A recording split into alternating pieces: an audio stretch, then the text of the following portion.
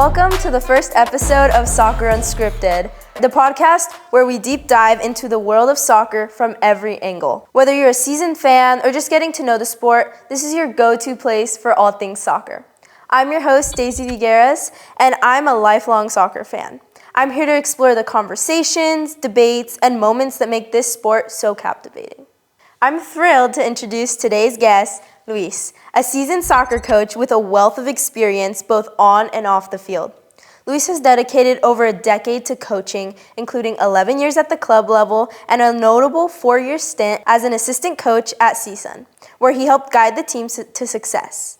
Now, as the head coach at LA Mission College, he's taken his team to new heights, leading them all the way to the playoffs.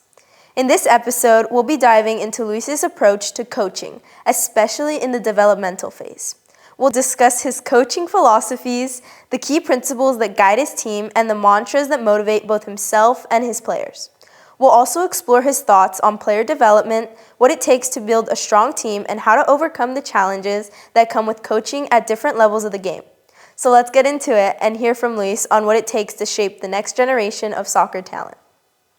To start, could you tell us a bit about your journey into coaching soccer? What inspired you to make coaching your career? At first, I didn't know it was going to be my career. I started off by just being I was hurt in my senior year in high school. I messed up my ankle, and I kind of started coaching from there, and that's where I got a taste of it. And then fast forward to a few years later, here and there, coaching my little brother, just a few things here and there that I knew. And when I graduated college, that's kind of where I fully dove in. And it happened by chance. It happened by me talking to my coaches at CSUN and going to thank them for the opportunity for having played there. And they like, hey, what are you doing next year? And 22 years old, no idea what I'm doing next. I was like, I don't know.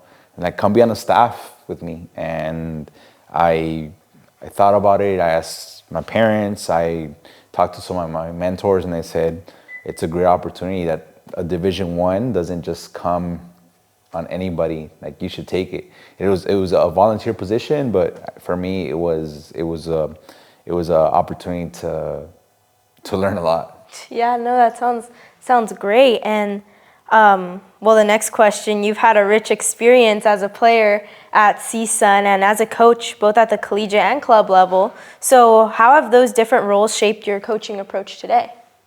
I would say that having played at the junior college level and then going Division I was a big jump and a big difference in the level. I would think that now, because I went junior college to Division I playing, and Division I playing to now, or Division I coaching to now junior college coaching, it's kind of full circle for me, allowing me to understand the player, get in the mind of the player at that level, get in the mind of the days in and days out, what they do. For me, it allows me to be able to squeeze more juice out of the lemon a little bit, because I've been in those shoes before. When it comes to player development, what do you view as the most important focus areas, and how do you strike the right balance between developing technical skill and fostering a strong team mentality? I think it all depends on the age group. A good friend of mine once told me that the ages are different. When they're little, 6 to 9 years old, they're learning to love the game. Yeah. So at that age, we have to make it as fun, as energetic for them to want to come to practice.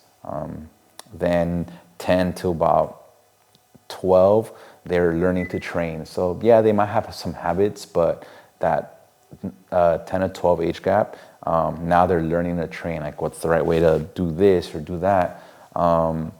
Then 13 to 15, they're learning to compete or training to compete.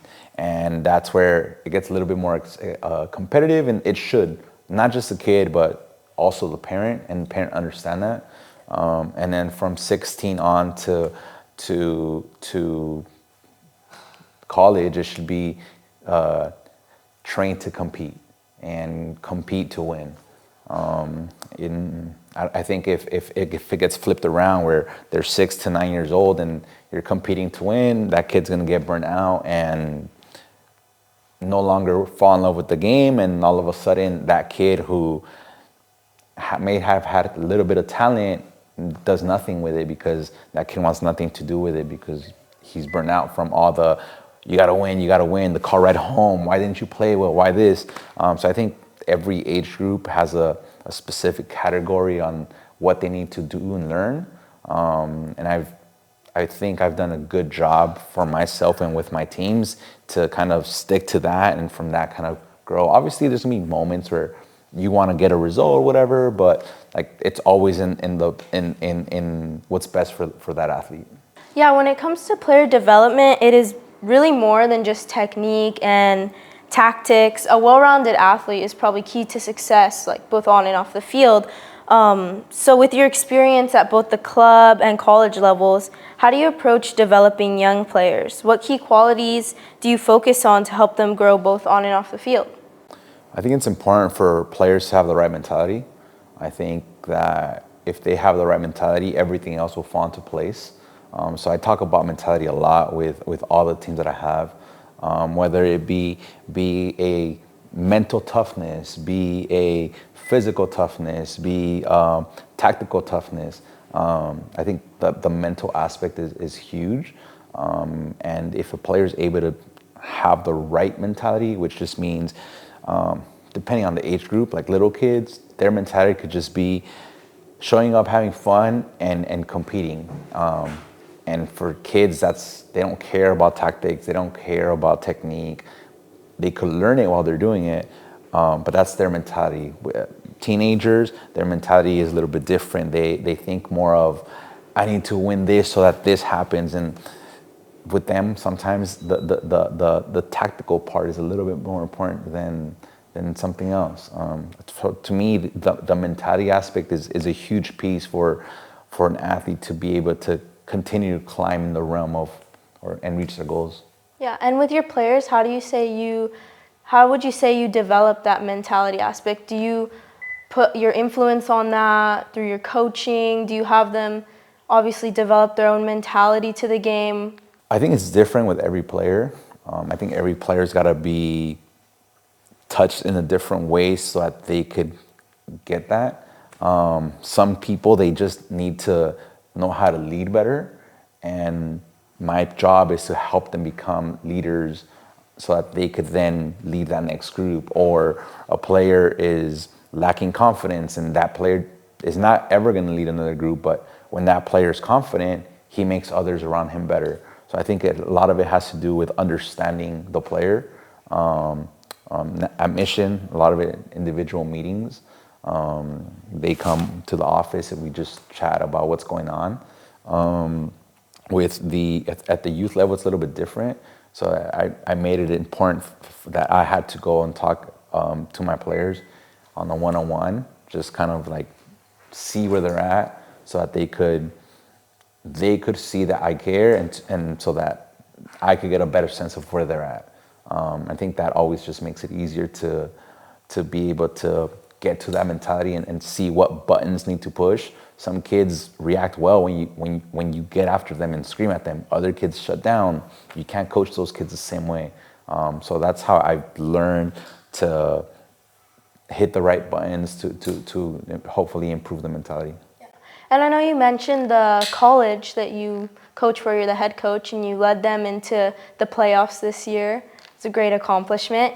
And honestly, how would you say what's your secret to leading them into the playoffs? This year, it had a lot to do with our spring. A lot of it had to do with teaching our freshman class on how to be leaders, so that they could lead our freshmen who were going to become sophomores, teaching them how to lead our incoming freshmen. And a lot of it had to do first holding themselves accountable, and understanding that they have a certain responsibility. And once that was able to happen and the new freshman class came in, it allowed the coaching staff a little bit easier job, because those sophomores, did a good job leading.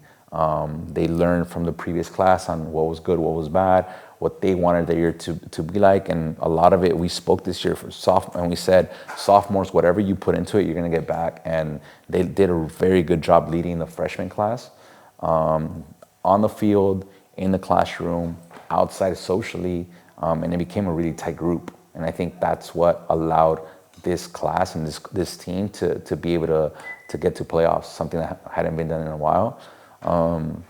I think it all had to do with sophomores being able to be very good leaders and get to where they do what they did this year. Yeah, that's amazing. It's like that tight-knit, it's almost like a family there, and they go to college together. With that, how would you say, like, you mentioned freshmen and sophomores. Do you have any juniors, seniors on your team? So our school, the junior college, you could only go to school for 2 years. So our sophomores now are looking to transfer out and hopefully go to a 4-year university to continue playing.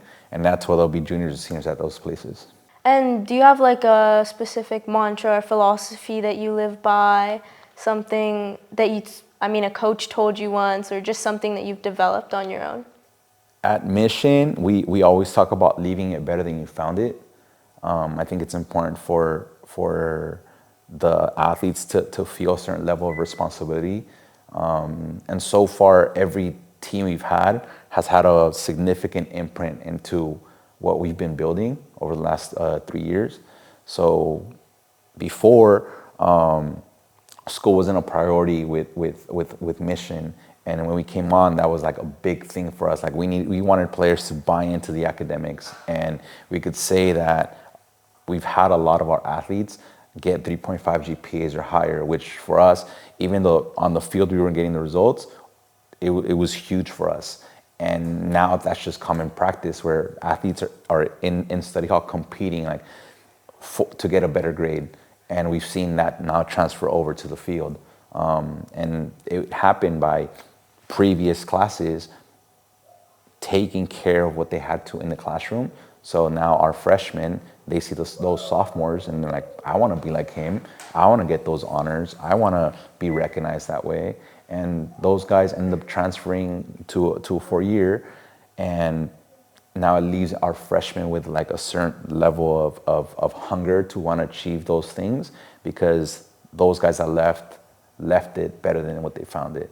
So now for this year, our sophomores, they got a taste of playoffs. So next year they're gonna want to do that, and they're gonna want to do that and have the grades. So it's for Mission. That's what we talk about all the time: leaving it better than you found it. So you could leave something behind, leave a type of legacy behind. Yeah, no, that's amazing. Kind of just pushing that generation forward and having them become better athletes, better students, to want to go pursue better things. So if you had a piece of advice to just people who'd want to play college soccer, even at a 2-year college or a 4-year college, like, what would be your piece of advice? My advice, I would say, don't get so hung up on the level.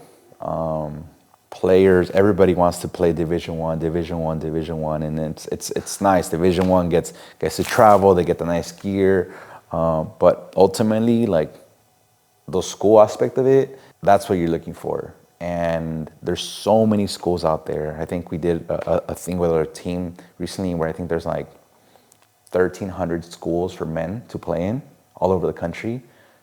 If you multiply that times a 20-man roster, you're talking about a big landscape of where you could go play. So I would say don't look so much at the level, more so than the opportunity to continue to be able to play 4 years, because this game's over, and it's over at 18, it's over at 20. For other people, it's over at 30 if you're a pro. But in this country, more than likely, you're going to either be done at 18, right after high school, or 22, 23 when you're done with college. So for me, my biggest thing is don't look at the level, look at the opportunity, because once you're done with those 4 years, you still have another 60 years left of life, and you get to the age of 82 and you lived a good 60 years and you got to play at a college and you got a degree, and who knows, like some of these people might end up meeting their significant other. Like there's so many things that happen in those 4 years. So my thing is don't look at the level. Like look at NAIA, look at junior college, Division II, Division III, Division I.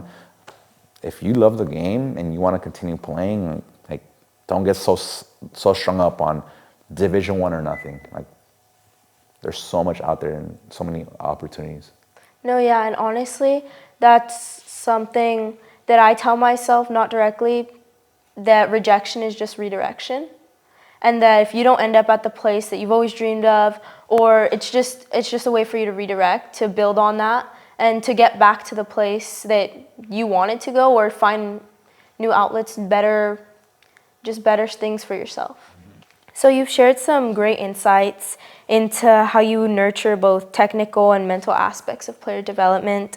But coaching in general comes with its challenges and its different obstacles, whether it's team dynamics, player development, parents. But what has been one of the biggest challenges you faced in your coaching journey, and how do you approach overcoming those challenges? Now with today's day and age, understanding how to speak with kids and keeping parents informed, I think the landscape, especially youth soccer, has changed a lot. Where it's a me mentality, not so much the team. I think that's a big hurdle in youth sports, youth soccer specifically. Back when I grew up playing, when your dad grew up playing, it was like guys play on one team, they play there for 5-6 years together. And I feel like now there's a lot of jumping around and there's no consistency. And at the end of the day, like sports, yes, you want to win, but there's so many life lessons. And if you jump around from one team to another, like how is that kid going to be able to, as he grows up, understand the responsibility he has to himself, to others? Like I think there has to be a little bit more, what's the word? Like a sense of pride of playing with the same group, whether it be a group of friends, a group of whatever. Like I think not just hopping around. I think that's a big challenge. I don't know if loyalty, but like definitely a sense of pride to be with who you're with, because I don't see that anymore. And I think it's affecting teams, it's affecting individual players. I know players that in 6 years have 7 teams, and that kid now all of a sudden he doesn't have the same consistency. That kid doesn't understand the fact that he could follow through. He could just quit whenever he wants. There's just so many different things that are sent out there, and as kids, they understand and perceive that when they get older, it's so easy to move on. And now you're seeing it with the transfer portal, with so many people transferring after a year. They're like, oh, I don't like this college, let me go somewhere else. Like, it's so common. I think a little bit of that has to do with the fact that people just jump around. I feel like that's heavily, especially at the youth level, I feel like that's heavily influenced by parents too. Parents who have that mentality, like, I want to win, which is then reflected on their kid. So obviously, yeah, when they grow up, once they're not content, they feel the need to move, or once they face a challenge, they feel the need to run away from that challenge almost. So, 100%. yeah. So I think parents too should stay consistent, teach their kid to stay consistent. I think it's a little bit of also on us coaches in educating parents, because a lot of parents, they don't know. The reality is a lot of parents didn't play the sport. A lot of parents are first-time soccer families. So for them, it's how is that side greener than it is here? Or I'm gonna go over there, and they don't know. But if there were to be some sort of education piece coming from the coach, I think that would go a long way, because now parents would understand how to navigate the realm of youth sports, especially for us who, like, we've been in the game for a long time, understand a little bit better. So I think, yes, parents, but I think also coaches, like, we got to do a better job at educating some of these parents. And I think that would that would help a little bit. It won't solve everything, but I think it definitely would help a bit. Yeah, and I feel like as a coach yourself, how would you go about communicating with these parents, and like have you? So especially with youngers, I think it's so important to just have constant dialogue in order to let them understand, like, you're not gonna win a World Cup at this age. I remember one time I had a parent who was asking me, like, this team or that team or this team, and I told her, like, who's your son's favorite team? And she's like, oh, he loves Messi. I'm like, okay, do you think Messi remembers a game that he lost at U7? And she was like, no. I'm like, losing a game at this age is not gonna affect your kid in the long run. Like, you want your kid to be consistent, get the same message, understand what's going on. Because if you just jump around, he's gonna hear a different message, and it's gonna be a disaster. She listened to me, and her kid turned out to be pretty good, and he's doing good. He's doing good right now. Not because of me, but I was able to have that dialogue with that parent in regards to the jumping around piece. I think it's so important. Just a conversation, a phone call. Just, it doesn't have to. It could be super informal. It just helps. Helps keep teams a little bit together for a little longer. Yeah, definitely big part of coaching is communication with players, with parents, with having different people join and playing with like the college level. You see different styles of play. How would you say you kind of get those players to play to your style of play, or do you let them have like free will?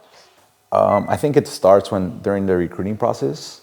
Like, when we're looking at players, my staff and I were looking at players that fit what we're looking for. We're kind of lucky that way, that at the college you're able to go out, and like, we were at Surf Cup 2 weeks ago, and we're able to go see a bunch of kids, and out of all those players, be able to see this kid would fit the style that we play, this kid wouldn't. Also, like I said, the mentality piece. So if a kid is showing to be very emotional, but he's good, we're like, maybe we bring him in, but we know we're gonna have to deal with him being super emotional. In club, it's a little different because you kind of get what you get. Yeah, you recruit a little bit, but your hands are tied a little bit more. The game of soccer is always changing, and it's just constantly, like you've said, like even players are changing teams, and it's just a complete like change. So from your perspective, what are some of the most notable trends in player development, or just trends in the soccer world that you've observed like in recent years, especially at the youth and college levels? I think players are becoming better tactically.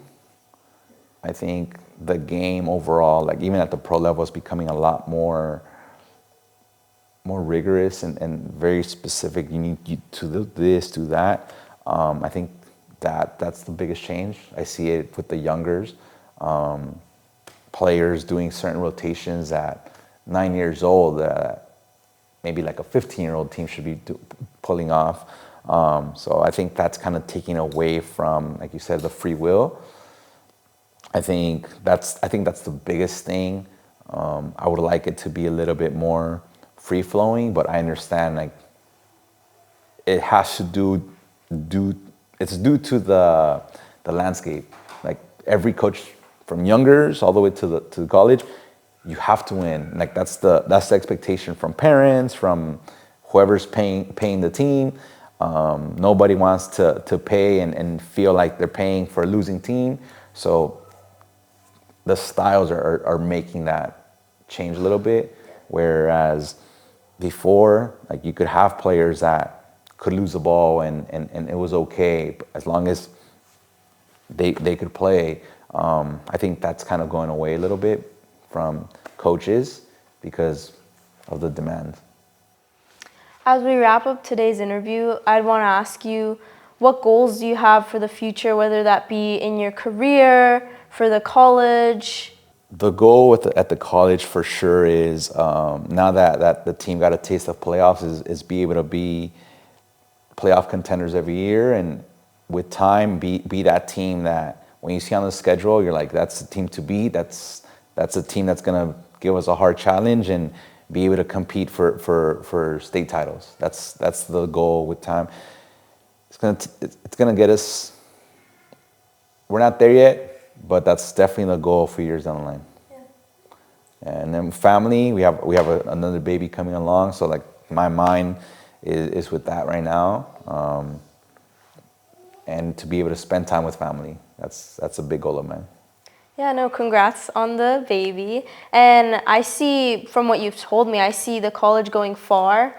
I see it reaching, honestly, the goals. And from what you've told me, from the sophomores being those role models for the freshmen, and just how much the program has grown, it honestly sounds so amazing. Thank you so much for joining me on Soccer Unscripted, Luis. It was truly a joy to be able to get your insight on the coaching world and player development. To those young athletes looking to play college, I hope you're walking away with very insightful knowledge. Tune in for the next episode where I interview ex-pro and Canoga Park legend as we take a look into what it really takes to make it as a pro athlete and the journey from aspiring player to elite performer. Once again, thanks for kicking it with me here at Soccer Unscripted. I'm your host, Daisy Vigueras, and this is The End of the Game.